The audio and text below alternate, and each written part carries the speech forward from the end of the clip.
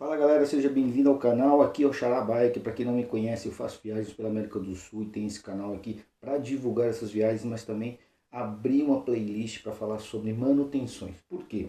Alguns problemas que são poucos encontrados aí a solução na internet, e eu dediquei essa playlist justamente para isso. O problema de hoje é exatamente uma oscilação que eu tive na frente da minha moto e que ali ela estava dando uma sensação de segurança. Alguns chamam de shimmy, outros de kickback. Eu também vou falar qual que é a diferença entre os dois que criam esse efeito parecido, tá? E como que eu resolvi. Antes disso, já segue aí o canal, já deixa o seu like, e depois da vinheta eu já explico para vocês como que foi.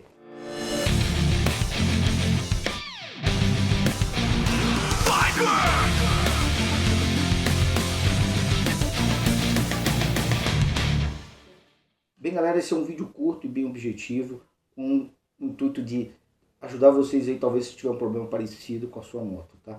Bom, como vocês estão vendo aí, é um problema que gera uma certa insegurança. Eu comecei a perceber desse problema voltando da Colômbia. Eu já estava na Venezuela, na Gran Sabana, e eu bati num buraco a 130 por hora, tá? O impacto foi tão grande que ele abriu o top case traseiro, né? Ali a fechadura, e chegou a amassar a roda dianteira. Para quem sabe como que é a roda da Super Tenere, é uma roda muito difícil de amassar, e chegou a amassar. Já no meu retorno no Brasil, ali na região do Pará, eu comecei a perceber que a 60 por hora eu tinha essa pequena oscilação. Ali então eu pensei, foi em função da pancada, a roda está amassada, desbalanceou, enfim. Quando eu cheguei em São Paulo eu resolvo.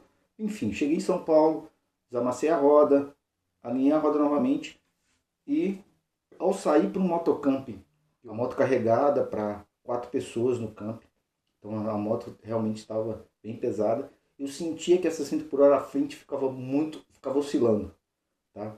E se eu tocasse no freio traseiro, piorava essa oscilação. Então ali procurei alguns ajustes com o meu mecânico, que conhece bastante sobre suspensão e sobre preparação de moto, que já competiu bastante, mas a princípio seria o problema com a mola traseira, já que a moto já estava chegando aos 150 mil quilômetros. Talvez ela estava começando a ficar riada e a frente estava começando a ficar muito solta. Então, eu importei uma mola junto com o meu preparador de suspensão, que é a MX Race. Manja muito de suspensão, tá? Uma mola mais rígida, tá? Ali a gente entendeu que não era o problema da traseira estar descendo quando eu colocava peso. Então, a gente começou a partir ali por alguns princípios ali de que poderia ser, verificar o rolamento, balanceamento da roda, rolamento das duas rodas. E a 60 por hora a moto permanecia, não precisava estar totalmente carregado, e sim com um pouco mais de peso no baú top case, já era o suficiente para acontecer essa oscilação. Esse efeito, galera, não é um shimmy realmente, tá? Porque qual a diferença entre o shimmy e o kickback? O shimmy, na verdade, ele ocorre quando você transfere o peso para a roda dianteira, tá? E aí ele entra numa ressonância que muitas vezes ali você não vai ter como controlar a moto, tá? Já o kickback é como, traduzindo ao pé da letra, justamente o pontapé. É a traseira sendo empurrando a dianteira, né? E é mais ou menos o efeito que estava acontecendo na minha moto. Era o kickback. Mas o que estava fazendo exatamente isso acontecer? Enfim, depois de fazer alguns ajustes ali, como a minha moto tem uma suspensão eletrônica, permite os ajustes ali, e nenhum desses ajustes estava adiantando. Então eu voltei lá na MX Race, e ali a gente começou a fazer alguns experimentos. E cara, um detalhe pequenininho que talvez algumas pessoas não iam levar em consideração, que é justamente a caixa de direção. Antes de ir para a Colômbia, eu tinha trocado essa caixa de direção e obviamente eu fui para a viagem, a moto estava ok, eu comecei a sentir na volta. A MX Race foi lá, foi conferir a caixa de direção, porque ele entendeu que a suspensão estava realmente trabalhando, estava funcionando. E a gente percebeu que conseguimos reapertar a caixa de direção ali, a rosca ali deu cerca de 2 a 3 milímetros ainda de aperto.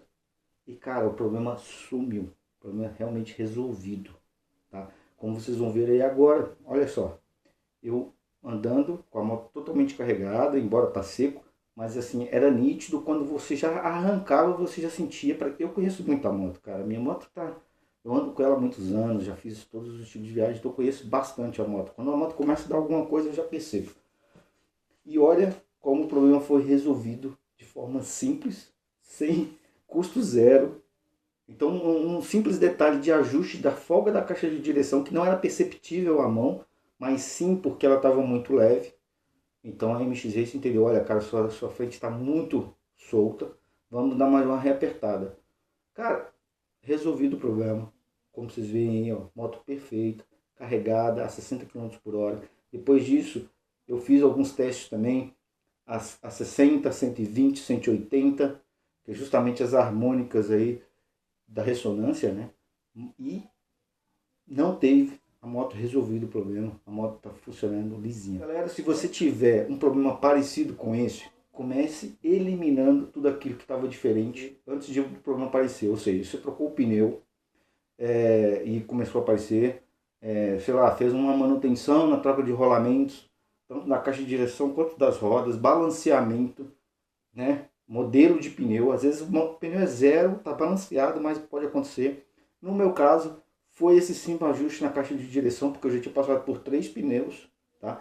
3 tipos de pneu, modelos diferentes, e ainda assim o problema permanecia.